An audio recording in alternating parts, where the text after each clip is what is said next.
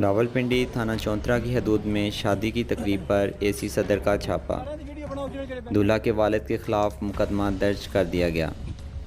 नाजरीन, आज थाना चौंतरा के इलाका मोज़ाक रोड चौंतरा पुलिस स्टेशन की हदूद में असिस्टेंट कमिश्नर सदर रावलपिंडी महर गुलाम अब्बास का पुलिस के हमरा दावत वलीमा पर छापा।